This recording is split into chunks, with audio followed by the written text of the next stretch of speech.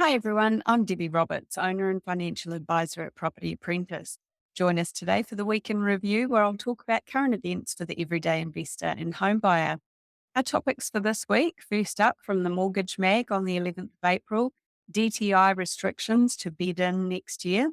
Second topic, from Stuff on the 12th of April, the rate at which property values are falling is speeding up, suggesting further big declines are on the way. Third topic, from interest.co.nz on the 12th of April, third time lucky. Changes to the troubled credit rules are to be applied from next month. Fourth topic, from NZHerald on the 13th of April, after the official cash rate hike, why is New Zealand not following Australia? The front page. Fifth topic, from Goodreturns on the 12th of April, Kiwis willing to trade to keep the pension age down. So first up this week, the Mortgage Mag from the 11th of April, DTI restrictions to bed in next year. Mortgage borrowers will start to experience debt to income ratios, says Kelvin Davidson, CoreLogic's chief economist. Although the Reserve Bank has not stated whether it will implement DTIs, it said that they will become a formal tool, along with LBRs, to restrict residential mortgage lending from March of next year. Davidson says they'll be activated next year, but not to limit lending during this housing cycle, but to prevent house prices from rising 40% in 2 years as they did during the COVID pandemic. Davidson says last week's Reserve Bank release didn't say anything new. There was no mention of the limit, if it'd be 5, 6 or 7 times the income, nor was there any mention of exemptions or speed limits. He said it won't be an issue for mortgage holders and new borrowers, even if they're activated in March, because risky lending has already been reined in. Davidson believes that if DTIs are implemented, they're not going to bind in this cycle. He explained that interest rates have risen, so borrowers can't service as much mortgage debt, and house prices have come down, so they don't need to borrow as much either. Davidson thinks that the DTIs will not restrict growth immediately, but potentially in the long term. The Reserve Bank has stated that it would like DTIs to limit the number of houses that investors can own. Analysis by the Property Investors Federation suggests that most of the country's landlords are mum and dad investors who own 1 or 2 properties at most. Davidson says DTIs will restrict how much investors can borrow, and the Reserve Bank of New Zealand predicts this will restrict the number of properties anyone can own in relation to their income. RBNZ believes this will rule out mega landlords, even though they are fewer in number. He said it remains to be seen when the finer details of the DTIs, the borrowing level against income, is laid out by the Reserve Bank of New Zealand. He anticipates that the RBNZ will strive to keep the concept in the simplest terms, including what is defined as income and debt. So just remember that, the Reserve Bank has not implemented this. It is not being rolled out in March next year. It's just another tool that they've got in their toolkit. So there's a good chance that, combined with loan to value ratios, then a medium balance could be used. We'll see what happens. And it's only going to be used if required. Second topic, from Stuff on the 12th of April, the rate at which property values are falling is speeding up, suggesting further big declines are on the way. According to Quotable Value, the average value of a home in Auckland and Wellington has dropped by more than $250,000 since the beginning of last year, with value drops in most North Island cities reaching 6 figures. Now, it may be likely that further value declines will hit the market as the rate at which house values decline continues to increase. According to QB's House Price Index, the average value of New Zealand homes was $907,737 at the end of March, which was down by $156,028 from its peak at the start of last year. Over the same period, average values in Auckland have fallen by $272,969, while those in the Wellington region have fallen by $250,836. The only district to see an increase during that time period was Queenstown Lakes, where the average value at the end of March was $62,406 higher than in January of last year, although values in Queenstown have also been declining since the beginning of this year. The national average property value had declined by 1.7% over the previous 3 months to January this year, which was down 2.7% in February and down 3.9% in March. QB reported that the residential property downturn appears to be gaining momentum once more, with home values making their largest first quarter fall in more than 15 years.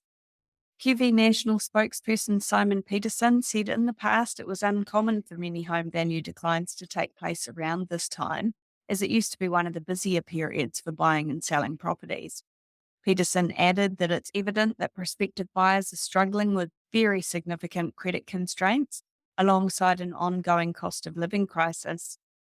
Sellers could find it difficult as well, with a large housing supply available and fewer active buyers than normal. They'll need to lower their expectations to meet the changing market. So my advice would be, if you're in a position that you can get lending, it's a really good time to be a house buyer because there's much less competition from other buyers because of this constraint around lending at the moment. So yeah, crunch your numbers, know your numbers, and make sure you're buying a property that fits your financial position. And when the market turns, you will reap the rewards. If you'd like to learn more about investing in property, join me at one of our free events called How to Succeed with Property Investing in 2023. I'll discuss strategies for successful investing from my perspective as a financial advisor. And these events are available either live online or in person in our office in Ellerslie at Auckland. Check out propertyapprentice.co.nz for upcoming dates and register today. We don't sell property, so it's all about increasing your knowledge to reduce your risk. And if you'd like to find out more about how we can help you to reach your financial goals, you can either attend one of our free events, because I also talk about this towards the end of the session, or you can book a no obligation phone call or meeting with my husband, Paul Roberts, via the website as well. That's propertyapprentice.co.nz. Third topic for this week in review from interest.co.nz on the 12th of April, third time lucky. Changes to the troubled credit rules are to be applied from next month. The latest attempt by the government to address the contentious new credit rules introduced in December 2021 under the Credit Contracts and Consumer Finance Act, or the CCCFA, is set to take effect on May the 4th. The original rules were aimed primarily at the more unscrupulous end of the lending market, but they were also applied to major banks. The rules required banks to collect more information from those seeking loans than had previously been the case. Banks and their officers faced penalties if this information was not gathered. The reaction to the December 2021 implementation was a halt in bank lending as the banks struggled to deal with the complexities. Some fixes were implemented in July 2022. The New Zealand Banking Association, the banking industry's representative body, stated at the time that it didn't believe that the July 2022 changes would make a significant difference for most borrowers, because most of the existing requirements from the December 2021 change remained in place. Customers will still need to provide detailed information about their spending, resulting in a more tedious process and more loan applications being declined than before the December rule change, according to the report. Just before the long Easter weekend, Duncan Webb, the new Commerce and Consumer Affairs Minister, announced that the latest round of rule changes will go into effect in May. These are the changes: explicitly excluding discretionary expenses from affordability testing, providing more flexibility for lenders regarding how certain repayments are calculated, extending exceptions from full income and expense assessments for refinancing of existing credit contracts. Webb says that the government is confident that it has struck the balance between providing safe access to credit and maintaining a strong level of consumer protection. However, in response to the government's latest repair effort, NZBA CEO Roger Beaumont stated that the changes to the CCCFA regulations still mean that affordability assessments are required for all types of lending and borrowers. This also hampers banks' discretion in helping customers in cases of natural disasters, like the recent Cyclone Gabriel, or changes in personal circumstances. And so it's still not easy to get lending, but hopefully it'll become a bit more common sense involved in the process again. Fourth topic for this week in review from the NZHerald on the 13th of April.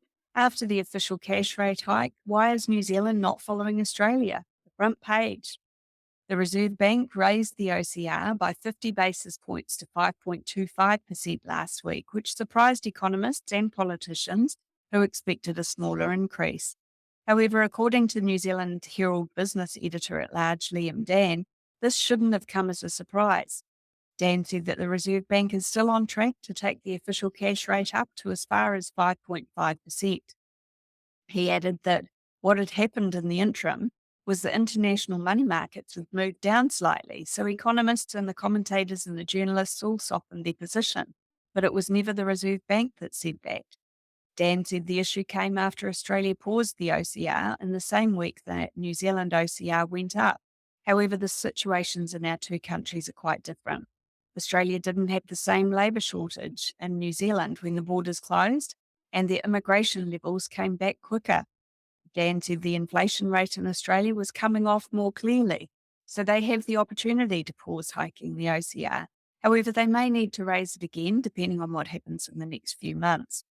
Australia also receives inflation figures every month, whereas New Zealand only receives them every quarter.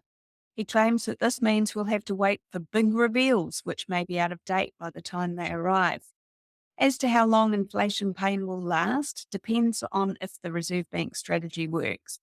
According to him, if it works, some economists may see the OCR being cut again by the end of the year.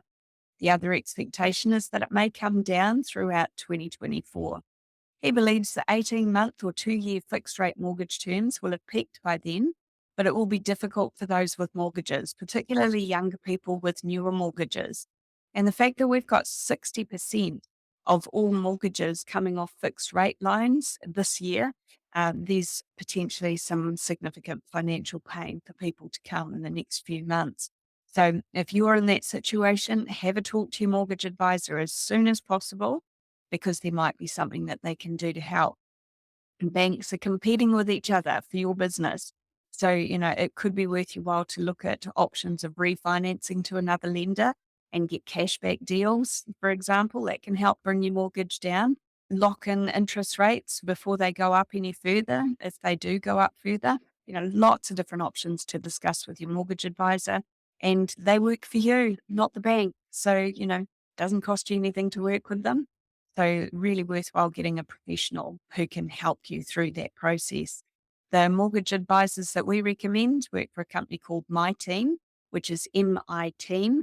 You can get in touch with them via the website, miteam.co.nz, or email office@miteam.co.nz, and they'll be happy to help. And full disclosure, Paul and myself are part owners of that business now. We've been recommending them to our clients for over a decade, but about 4 years ago, we had the opportunity to buy into that business, so we did. So just to let you know. All right, fifth topic for this week in review, Goodreturns from the 12th of April. Kiwis are willing to trade to keep the pension age down. A study conducted by the Retirement Commission reveals that most Kiwis oppose raising the retirement age and means testing superannuation, but are willing to increase taxes in the present rather than burden future generations. Otago University surveyed nearly 1,300 New Zealanders from all demographics to examine their preferences for aspects of retirement policy, such as the New Zealand super amount, age of eligibility, means testing, willingness to increase current taxes to support the pension, and willingness to increase taxes on future generations to pay for the pension. In addition, the survey assessed 2 other aspects, namely desirability of accumulated savings and the importance of savings flexibility. A similar study was conducted in 2014. Almost a quarter of people ranked keeping the age of eligibility at 65 as the most important aspect of New Zealand super, compared to almost a fifth of people in 2014. The number of people who ranked the age of eligibility as the least important has fallen by 4%. Raising the eligibility age to 67 was ranked as the worst policy of the 7 options by 61% of respondents, making it the lowest ranking option. And my personal opinion is that it would be unfair on the sector of our population which has a shorter lifespan historically, which is the Māori and Polynesian people in our country. So it would put them at a significant disadvantage. The policy's unpopularity has grown since 2014. Respondents also strongly preferred universal pensions over means tested pensions and opposed policies that would result in steep tax increases on future generations. Dr. Andrew Coleman, the study's lead author, says that the findings suggest that New Zealand's preferences for the structure of the government's retirement income programs haven't changed significantly between 2014 and 2022. The findings revealed a stronger opposition to current tax increases than in 2014. Despite this decrease in support, a majority of respondents would support higher current taxes to reduce the size of future tax increases if plausible investment returns were available. The 2022 survey also revealed that more people are feeling less confident that they will have a comfortable retirement compared to the 2014 findings. Retirement Commissioner Jane Wrightson says that the recent results back up a key recommendation made in the 2022 review of retirement income policies to keep the New Zealand super eligibility at 65. She added that in order to create good retirement outcomes, New Zealand super needs to stay in its current settings and other mechanisms need to be in place to support those who have no other income besides the New Zealand super. It's a good reminder to people that if you're not already in a KiwiSaver program, get in a good one, get into one that's appropriate for your situation. So speak to a financial advisor who can help you through that process as well. The Apprentice's free events cater to the changing needs of first home buyers and investors all over New Zealand. Join me for one of our upcoming events called How to Succeed with Property Investing in 2023. And you'll get my tips as a financial advisor regarding strategies for successful investing. Then live training sessions, either online or in our Auckland office. And there's plenty of opportunity to ask me questions. I'm going to answer as many of them as possible. You can register on our website at propertyapprentice.co.nz. Check out the details there. And again, if you'd like to have a no obligation chat with my husband, Paul, to see how we could help you at Property Apprentice, you can book a meeting or a phone call with him via our website. That's propertyapprentice.co.nz.